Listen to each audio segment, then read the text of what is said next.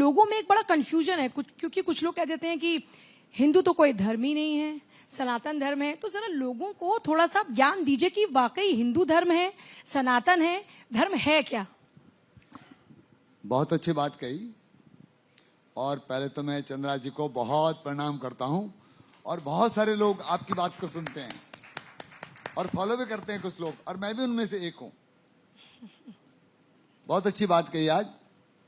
आज इस देश का भविष्य धर्म पर टिका हुआ है, और वो हिंदुत्व है या सनातन है। ये बड़ा विषय है, आज चर्चा का विषय है। देखिए, धर्म तो सनातन है, जिसे हम पढ़ते हैं, जो हमारे पूर्वजों ने हमें जो संस्कार दिए, जो हमें समझाया, वो देवी देवताओं की बात कही, जनेऊ धारण करने की बात कही, टीका लगाने की बात कही, शिवालय जाने की बात कही, मंदिरों को जाने की बात कही, बहन बेटियों की रक्षा की बात कही, तो वो सनातन है। परंतु समय पर, समय के अनुसार कुछ धर्म के साथ कुछ नाम जुड़ जाते हैं। तो आज के दौर में सनातन को हिंदू से जोड़ दिया या हिंदू को सनातन से जोड़ दिया, इस पे कोई बुरी बात नहीं है। हिंदू भी वही है जो सनातनी है, और सनातन भी वही है जो हिंदू है। हिंदू सनातन की परंपराओं को निभा रहा है।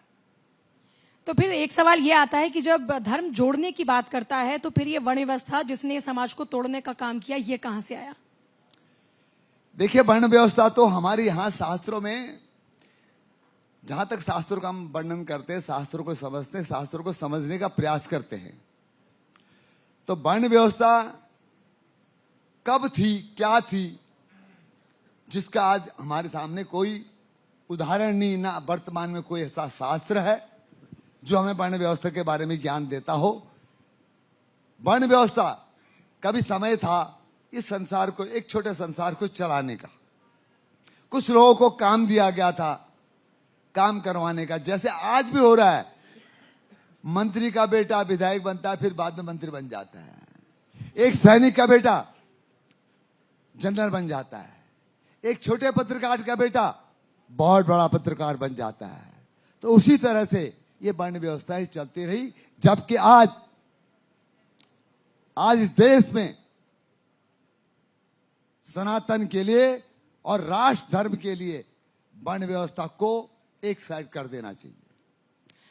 तो आप समझ रहे हैं ना, बहुत से लोगों को जो कंफ्यूजन होती है, इस चर्चा का जो मकसद है वो यही है। तो ध्यान से आप लोग सुनिएगा। अच्छा, पिछले कुछ दिनों में हमने देखा कि लव जिहाद के मामलों में बहुत ज्यादा इजाफा हुआ। कोई कलावा पहनकर, तो कोई टोपी लगाकर लड़कियों को गुमराह कर रहा है। इस लव जिहाद पर कैसे लगाम लगाई जा सकती है? धन्यवाद आपका, क्योंकि आपने ऐसा सवाल पूछ लिया मुझसे, जो सवाल मैंने ही इस देश के अंदर चलाया। मैं देवभूमि से आता हूं, और एक सौभाग्य कहिए, दुर्भाग्य कहिए, कि देवभूमि हिंदू सनातन का उद्गम है। फिर मैं हिंदू शब्द जोड़ रहा हूं, क्योंकि आज हिंदुत्व एक ऐसा शब्द हो चुका है जो हर सनातनी के अंदर एक जीवन, एक शक्ति को प्रवेश देता है।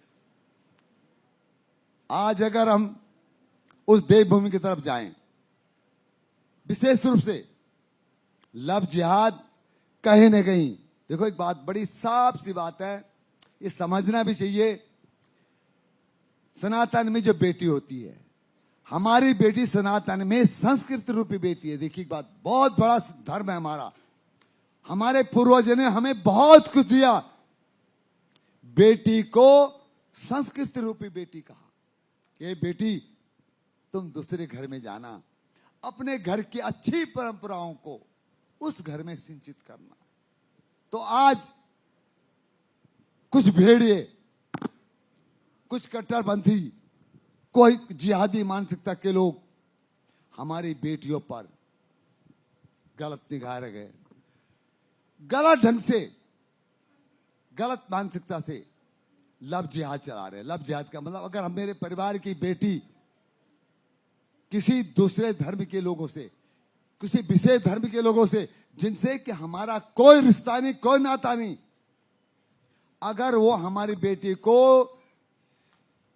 लोभ लालच में या किसी परपंच जाल में फंसा लेता है, तो मैं समझता हूं हमारे पूरे परिवार का सम्मान घट जाता है। और मेरे परिवार के साथ साथ जितने भी लोग जुड़े होंगे उनके परिवार के सम्मान को कहीं न कहीं चोट पड़ती है। इसलिए लव जिहाद चला करके हमारे सम्मान को चोट पहुंचाने का, हमारे सम्मान को बहुत बड़ा नुकसान देने का कुछ लोग दुस्साहस कर रहे हैं। अच्छा, एक हर किसी के जहन में एक ख्याल आता है कि ये हम सुनते तो हैं, ये अखाड़ा जैसे आप निरंजनी अखाड़ा है, ये अखाड़ाओं की जो परंपरा है ये होती क्या है, ये कैसे काम करते हैं, क्या कार्य होता है इनका? ये बहुत अच्छा बात कही आपने। आज कुछ अखाड़े कमजोर हो गए, सच बात है, सच मानना चाहिए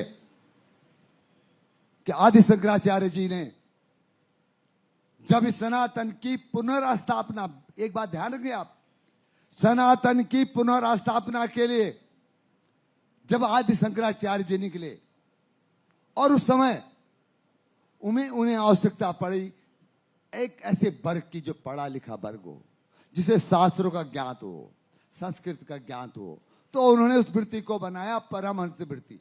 अभी हमारे महाराज जी बैठे यहां पर, एक परमहंस वृत्ति बनाई कि भैया आप लोग जाओ और अपने धर्म का प्रचार प्रसार करो।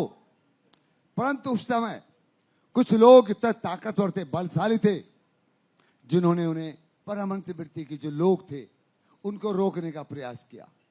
उसके बाद उन्होंने उनकी सुरक्षा के लिए, मतलब धर्म की सुरक्षा के लिए अखाड़ों का निर्माण किया।